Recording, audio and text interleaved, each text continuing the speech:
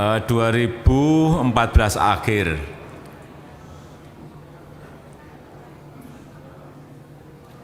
Satu setengah bulan setelah saya dilantik, saya langsung terbang ke Papua.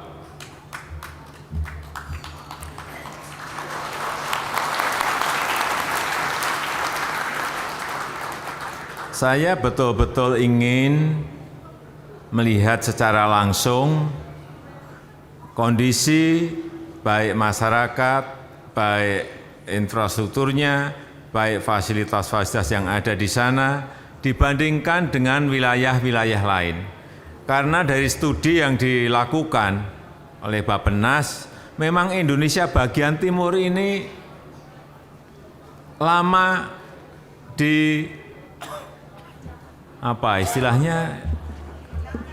dilupakan, dianaktirikan, ya, atau diabaikan, dianaktirikan kok kejem banget. Ya kira-kira itu. Jadi wilayah bagian timur ini kurang kita perhatikan, baik di pembangunan infrastruktur, pembangunan sumber daya manusia, semuanya.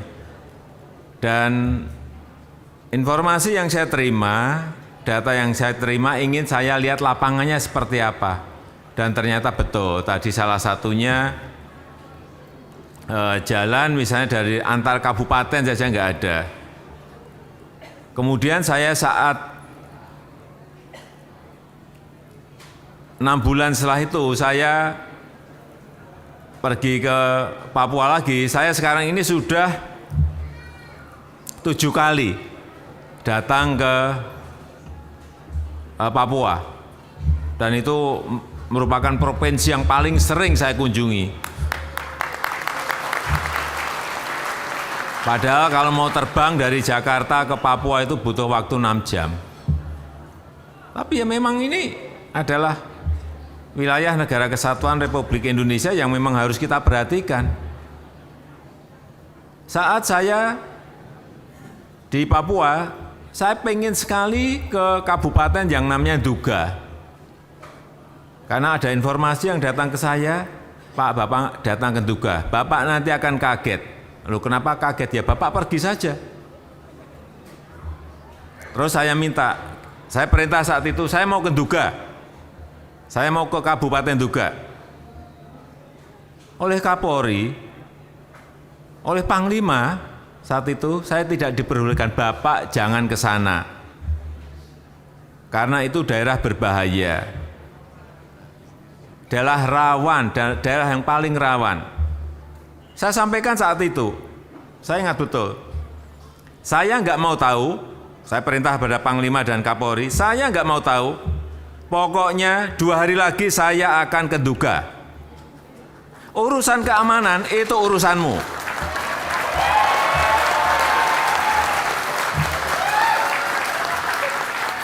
Saya mau terbang ke sana. Betul, saya terbang ke sana naik helikopter, karena memang nggak ada jalan daratnya. Saya naik heli.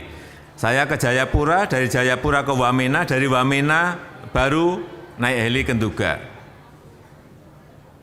Saya yakin tadi siapa tadi yang dari Papua tadi? Orlando. Orlando mana tadi? Orlando mana? Pernah ke Nduga? Ngaku aja, pernah ke Nduga? Nah, belum kan? Belum pernah. Ya karena memang dari Wamena saja mau ke Nduga itu butuh waktu 4 hari berjalan di tengah hutan. 4 hari 4 malam. Kalau bilang sudah, saya cek benar. Untungnya bilang belum. Dan saya percaya, setelah saya sampai di Nduga, saya ke sana dengan Bu Jokowi.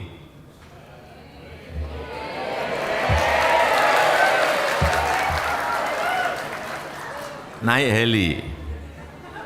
Begitu turun di Nduga, ketemu Bupati, Pak Bupati. Saya melihat itu di kotanya. kantor kabupaten ada di situ. Saya lihat kok nggak ada orang, satu orang pun. Di tengah hutan ada wilayahnya. Saya tanya ke bupati, penduduknya di sini ada berapa? Pak Bupati menyampaikan ke saya, Pak Presiden, di sini ada, saya ingat, 129.000. Mana satu aja nggak ada ngomong 129.000. Bener ada, betul Pak. Itu distriknya ada di tengah-tengah hutan Pak. Kalau Bapak mau ngecek silahkan. Pak Bupati ini pintar, pasti saya nggak ngecek gitu. Kira-kira berjalan dari sini ada yang 8 jam, ada yang 12 jam. Ya dia udah nyangka, pasti saya nggak akan mungkin jalan. Ya, oke saya percaya. Tapi yang perlu saya sampaikan di sini adalah di Kabupaten Duga itu aspal 1 meter saja tidak ada. Inilah yang menyebabkan saya sedih sekali. Dan saat itu saya perintahkan agar jalan dari Wamena ke Duga itu segera dibangun dan dikerjakan. Dan tadi saudara-saudara sudah melihat hasilnya tadi.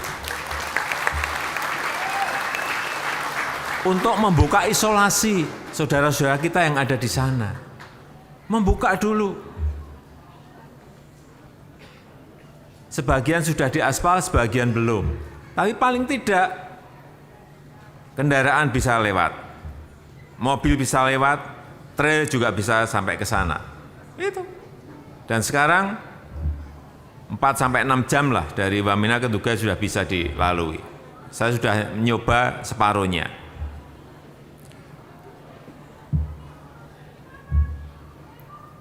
Saya itu juga saya minta ke Pak Bupati, Pak Bupati ini benar ada 129.000 enggak sih penduduk yang ada di sini? Benar Pak ada. Oke, saya tunjukkan saja tempat yang paling ramai yang ada di kabupaten ini di mana? Bisa Pak kita ke pasar. Saya diajak ke pasar. Begitu sampai di pasar saya kaget, ternyata di situ juga ada paling-paling 60 orang saja. 60, bukan 60.000, 60 orang. Inilah kondisi apa adanya yang ingin saya sampaikan kepada Bapak Ibu dan saudara-saudara semuanya berkaitan dengan pertanyaan tadi.